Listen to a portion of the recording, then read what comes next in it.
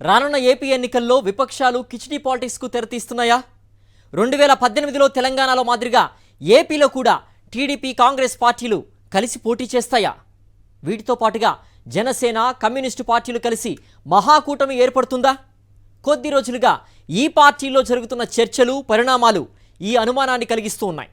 ఈ చిన్న చితక ముసలి ముతక పార్టీలన్నీ కలిసి పోటీ చేస్తే 2018లో తెలంగాణలో కలిగిన ఫలితాలే ఏపీలో కూడా పునరావృతం అవుతాయనే టాక్ వినిపిస్తోంది. వైఎస్ఆర్ కాంగ్రెస్ పార్టీని ఒంటరిగా ఎదుర్కొనే ధైర్యం లేక కిచిడి పార్టీలన్నీ కూటమి కట్టినా ఒరిగేదేమీ లేదంటున్నారు రాజకీయ పండితులు. రాష్ట్ర విభజన తర్వాత ఆంధ్రప్రదేశ్లో కాంగ్రెస్ పార్టీ అడ్రస్ గల్లంతైంది. వరుసగా 2 ఎన్నికల్లో ఒక్క సీటు కూడా గెలవకపోవడమే కాదు, డిపాజిట్లు కూడా సంపాదించలేక చతికిల పడిపోయింది. కాంగ్రెస్తో పాటే ఉభయ కమ్యూనిస్ట్ పార్టీలు ఏపీలో ఎక్కడున్నాయో తెలియని పరిస్థితి. 2 వరుస ఎన్నికలతో పాటు స్థానిక సంస్థల ఎన్నికల్లో కామ్రేడ్లు ఉనికి కూడా చాటుకోలేకపోయారు. 2019 ఎన్నికల్లో 23 స్థానాలకు పరిమితమైన తెలుగుదేశం పార్టీ ఆ తర్వాత ఎంపీటీసీ, జెడ్పీటీసీ, మున్సిపాలిటీ, పంచాయతీ ఎన్నికల్లోనూ తుడిచిపెట్టుకుపోయింది. సాక్షాత్తు చంద్రబాబు నాయుడు సొంత నియోజకవర్గంలోనే టీడీపీ కథ ముగిసింది. ఇక జనసేన పార్టీ 2019లో చచ్చి చెడి ఒక సీటు గెలుచుకుంది. పార్టీ అధినేత తాను పోటీ చేసిన 2 చోట్ల ఓడిపోయి సరికొత్త చరిత్ర సృష్టించారు. 2024 ఎన్నికల్లో కూడా విపక్షాలకు ఆశావాహ వాతావరణం ఎక్కడా కనపడటం లేదు. ఈ తరుణంలోనే సిపిఐ సీనియర్ నేత నారాయణ ఓ అవకాశవాద ప్రతిపాదన చేశారు. వచ్చే ఎన్నికల్లో తెలుగుదేశం, జనసేన, సిపిఐ, సిపిఎం పార్టీలు కలిసి మహాకూటమిగా ఏర్పాటు కావాలని ఆయన అంటున్నారు. విపక్షాలు విడివిడిగా బరిలోకి దిగితే వైఎస్ఆర్ కాంగ్రెస్ పార్టీని ఓడించడం సాధ్యం కాదని కూడా ఆయన అంటున్నారు. 2018లో తెలంగాణ ఎన్నికల్లో మహాకూటమి ఏర్పాటు చేసినట్లే వచ్చే ఎన్నికల్లో ఏపీలోనూ అందరూ జట్టు కట్టాలని ఓ సలహాని ఫ్రీగా ఇచ్చేశారు. నిజానికి తెలుగుదేశం పార్టీ, ప్రత్యేకించి చంద్రబాబు సారథ్యంలో మహాకూటమి కట్టినప్పుడు ఘోర పరాజయాలు మూటగట్టుకోవాల్సి వచ్చింది. 2009లో టీఆర్ఎస్, సిపిఐ, సిపిఎంలతో కూటమి కట్టి బరిలోకి దిగిన వైఎస్ఆర్ నాయకత్వంలోని కాంగ్రెస్ను అధికారంలోకి రానీయకుండా నిలువరించలేకపోయారు చంద్రబాబు.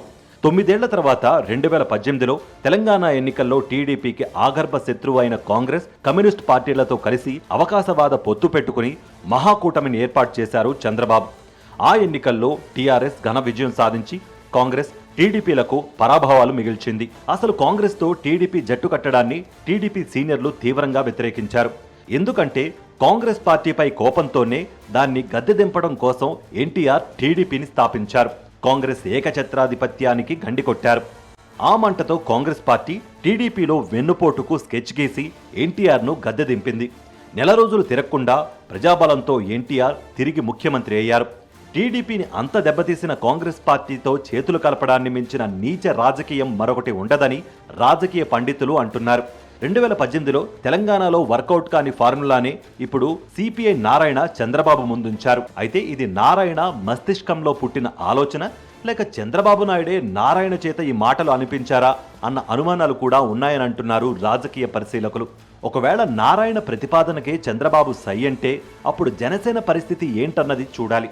ఎందుకంటే ఇప్పటిదాకా జనసేన బీజేపీతో స్నేహం కొనసాగిస్తూ వస్తోంది.